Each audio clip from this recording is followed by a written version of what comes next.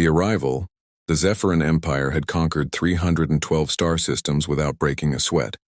Their crystalline warships, each one the size of Manhattan, drifted through space like predators who knew they owned every ocean they swam in.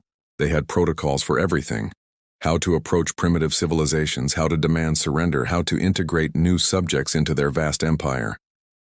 What they didn't have was a protocol for dealing with humans. Captain Sarah Chen watched the massive flagship materialize above Earth's atmosphere through the command center's viewing screen. The ship was beautiful in a terrifying way, its surface reflecting light in patterns that hurt to look at directly. Around her, the United Earth Defense Council buzzed with activity. Scientists scrambled over readings, military advisors argued over response scenarios, and somewhere in the corner, an intern was still trying to figure out how to work the new coffee machine. "They're hailing us," Lieutenant Marcus Torres announced from his station. The young officer's hands trembled slightly as he worked his console. Sarah didn't blame him. First contact wasn't supposed to happen like this, with a fleet of alien warships surrounding Earth like wolves around a sheep pen. "Put them through," Sarah ordered, straightening her uniform. The main screen flickered to life, revealing Ambassador Creeks of the Zephyrin Empire. The alien stood 9 feet tall, with skin that shifted between purple and blue like an oil slick. 4 arms emerged from its torso, each ending in delicate fingers that moved independently, creating patterns in the air as it spoke. Its head was elongated, with 6 eyes arranged in pairs that blinked in sequence. "Primitive species of Earth," Crix began, its voice carrying the weight of absolute certainty. The universal translator gave its words a condescending tone that probably wasn't far from the original intent. "You have been selected for the honor of joining the Zephyrin Empire. Your resources will fuel our expansion. Your people will serve our needs. Your culture will be preserved in our archives before it is replaced with proper civilization. Surrender now and the transition will be painless." The command center fell silent. Sarah could feel everyone's eyes on her. As the designated first contact specialist, a title she'd earned through years of diplomatic service and a frankly disturbing ability to remain calm under pressure, this was her show. She stepped forward, activating her own communication link. "Ambassador Crix, I'm Captain Sarah Chen of the United Earth Defense Council. We're honored by your interest in our planet. However, we have a few questions about your proposal." Crix's 6 eyes blinked in what might have been surprise. "Questions? There are no questions. There is only compliance or destruction." Sarah smiled, the kind of smile she usually reserved for difficult negotiations. "See, that's where we have a problem. Earth has this thing called democracy. We can't just surrender without putting it to a vote. It's in our planetary constitution, Article 47, subsection 3, very important stuff." The alien's skin rippled, shifting to a deeper purple. "Your political systems are irrelevant. We are the Zephyrin Empire. We have conquered civilizations that span dozens of worlds. Your single planet is nothing." "Oh, we're well aware," Sarah replied, pulling up a holographic display. "In fact, we've been monitoring your communications for the past 6 months, ever since you entered our stellar neighborhood. Impressive track record. 312 civilizations conquered, 0 defeats. Must be nice." Crix straightened, its forearms spreading in what was clearly meant to be an intimidating gesture. "Then you understand the futility of resistance." "We understand the statistics," Sarah corrected. "But here's the thing about humans. We really don't like being told what to do. It's kind of our defining characteristic. So here's our counter-proposal. You leave us alone and we'll leave you alone. Everyone goes home happy." The ambassador's translator sputtered for a moment as if unable to process the absurdity of the suggestion. When Crix spoke again, its voice carried a note of genuine confusion. "You reject our generous offer of subjugation? We're funny that way," Sarah shrugged. "Now I'm sure you have some kind of demonstration plan to show us the error of our ways. Big light show, maybe vaporize a moon or something? We've seen the recordings from your other conquests." Crix's skin shifted to a satisfied green. "Indeed. Observe the power of the Zephyrin Empire." One of its 4 arms gestured dramatically toward the viewing screen. Outside, one of the smaller Zephyrin vessels, still massive by Earth standards, began to glow. Energy coursed along its crystalline surface, building to a crescendo that made every electromagnetic sensor on Earth scream in alarm. The weapon fired, a beam of pure destruction that lanced toward Earth's moon. Nothing happened. The beam struck the lunar surface and simply disappeared. No explosion, no crater, no dramatic destruction. The moon continued its lazy orbit, completely unaffected. Crix's 6 eyes blinked rapidly, all at different times. Fire again, it commanded someone off-screen. The ship fired. Again, nothing happened. Technical difficulties? Sarah asked innocently. We've been having trouble with our Wi-Fi lately, so we totally understand. What did you do? Crix demanded, its skin now cycling through colors like a confused rainbow. Oh, that? Sarah glanced at Dr. James Wright, their chief scientist, who was trying very hard not to grin. We might have deployed a few thousand microsatellites around the moon about 3 hours ago. They're running a neat little program one of our gamers came up with. Turns out the physics engine from Space Destroyers 3 can be reversed to create a distributed energy absorption field. Who knew video games would save the world? The command center erupted in nervous laughter. Someone, Sarah suspected it was the intern who'd finally figured out the coffee machine, actually applauded. Crix's translator made a sound that might have been sputtering rage. This is impossible. You are a Type 0.7 civilization. You haven't even colonized your own solar system. Yeah, but we've got really good imaginations, Sarah replied. And we've been preparing for alien invasion scenarios since the 1950s. Movies, books, games, conspiracy theories. We've basically crowdsourced our defense strategy. Turns out when you get 8 billion humans brainstorming ways to fight aliens, some of the ideas actually work. Dr. Wright stepped forward, tablet in hand. If I may, Captain? Sarah nodded and he continued. Ambassador, your empire's technology is based on crystalline resonance, correct? Beautiful stuff, really. Energy efficient, scalable, gorgeous aesthetic. But here's the thing.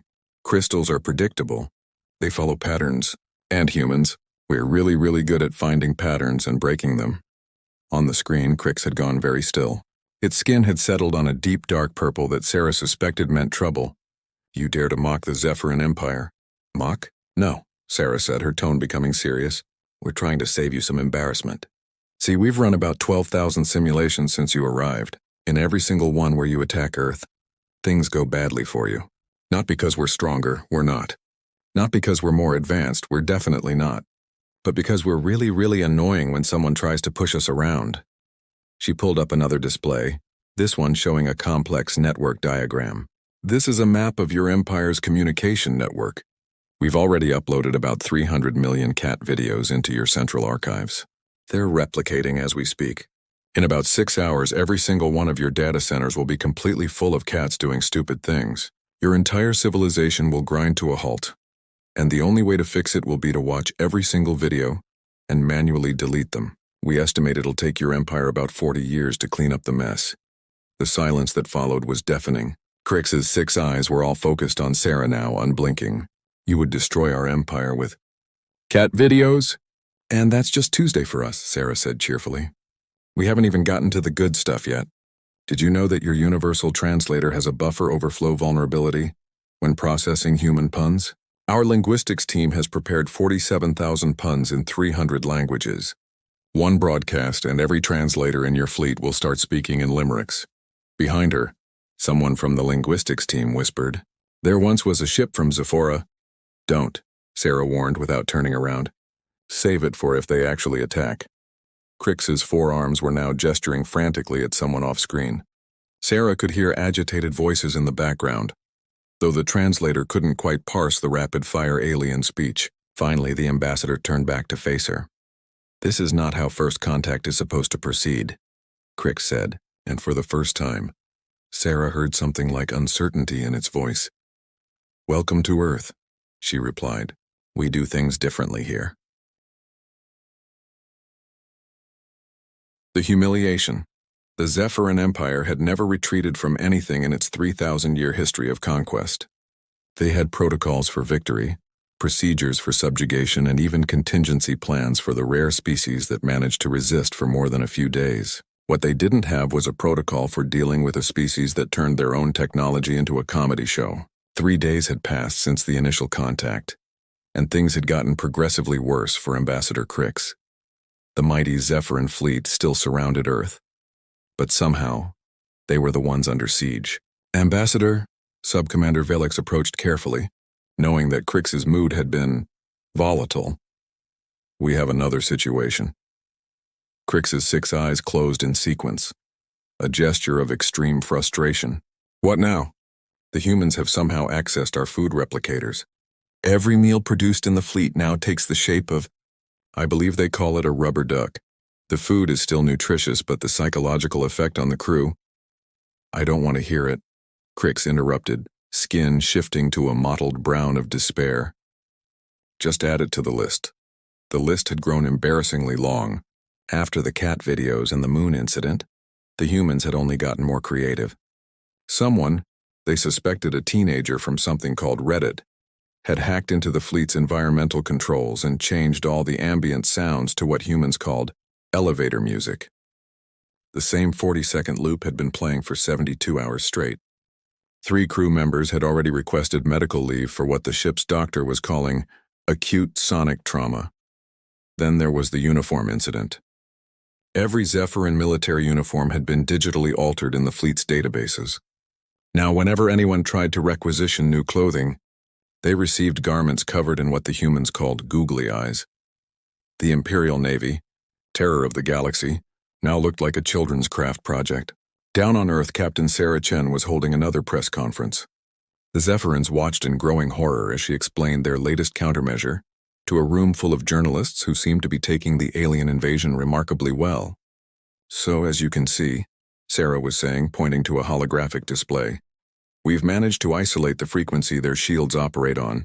Turns out it's the same frequency as a popular boy band's hit single from 2019.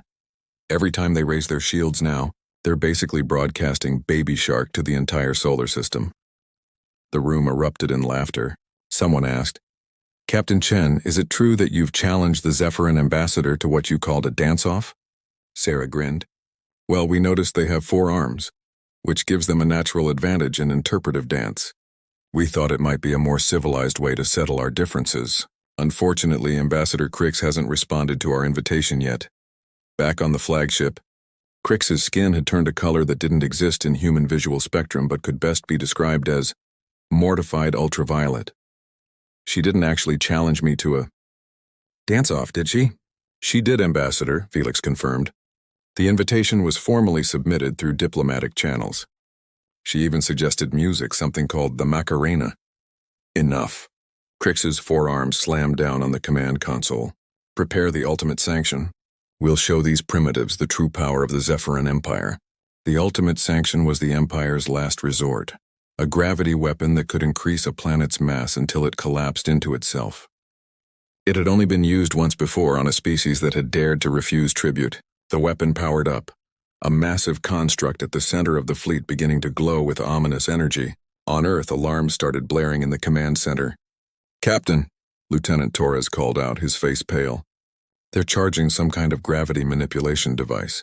If our readings are correct, it'll increase Earth's gravity until we're all crushed, Dr. Wright finished, studying his instruments. Clever. Brutal, but clever.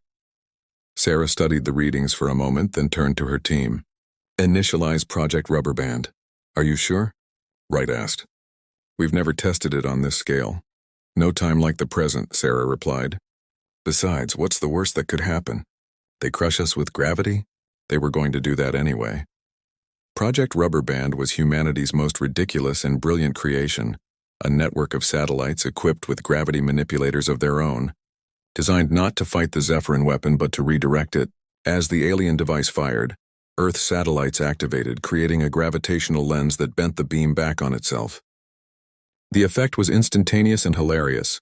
The Zephyrin flagship suddenly found itself at the center of its own gravity attack. But instead of crushing the ship, the redirected energy had been modified by what the humans called the silly string algorithm. The flagship began to stretch and compress like a cosmic accordion, bouncing up and down in space while making a sound that could only be described as boing. The other ships in the fleet watched in horror as their mighty command vessel bounced around like a cosmic tennis ball, with Admiral Crix's increasingly high-pitched screams being broadcast across all channels because someone, definitely the Reddit teenager, had locked their communications in an open state. Make it stop, Crix screamed, all 6 eyes spinning in different directions as the ship continued its ridiculous oscillation. Sarah opened a channel to the bouncing flagship. Ambassador Crix will stop the effect, but we have some conditions. Anything. Crix's reply came between bounces. Just Boeing. Make it Boeing stop. First, you acknowledge that Earth is under the protection of what we're calling the Don't Mess with Humans clause.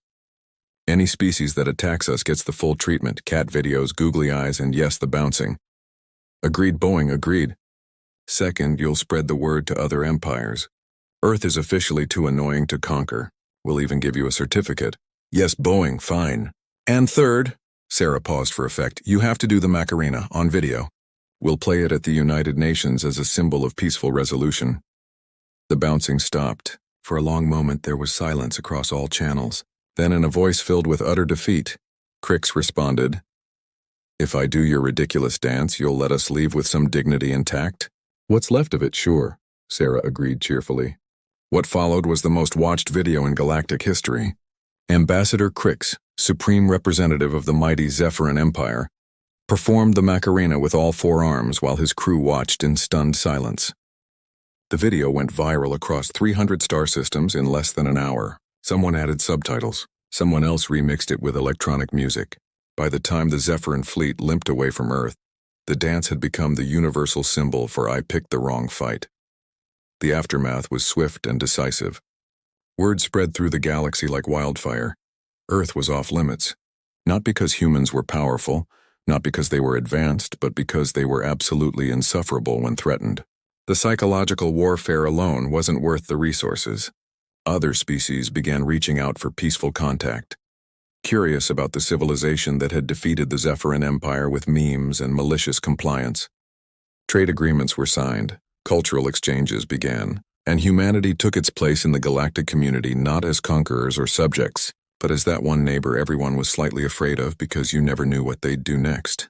The Zephyrin Empire officially classified Earth as a chaotic neutral zone and added a warning to their star charts.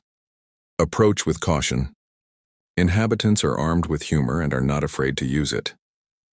6 months later, at the first Intergalactic Peace Summit, Ambassador Crix was asked about the Earth incident.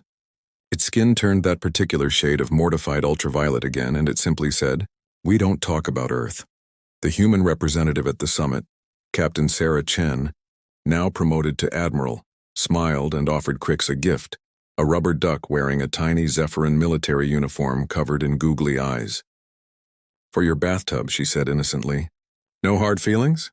Crix's translator made a sound that definitely wasn't in any known language, but everyone understood the meaning perfectly. The mighty Zephyrin Empire had been brought low not by weapons or technology, but by humanity's secret weapon, the power of being extremely, creatively annoying. And that's how humanity saved Earth with cat videos, dad jokes, and a dance that should have died in the 1990s. The galaxy would never be the same again. In the official records of the Galactic Council, the incident was filed under successful first contact. In Earth's records, it was filed under "that time we rick-rolled an alien empire but with the Macarena instead." Both were accurate. The universe had learned an important lesson. Never underestimate a species that invented both nuclear weapons and whoopee cushions. Because while other civilizations focused on either destruction or entertainment, humans had somehow figured out how to weaponize fun itself. And somewhere in the depths of space, on a Zephyrin military vessel, a young officer was secretly practicing the Macarena, because despite everything, it was actually pretty catchy. The humans had won in more ways than one. They hadn't just defended their planet, they'd infected the galaxy with their ridiculous, wonderful, absolutely unhinged approach to existence.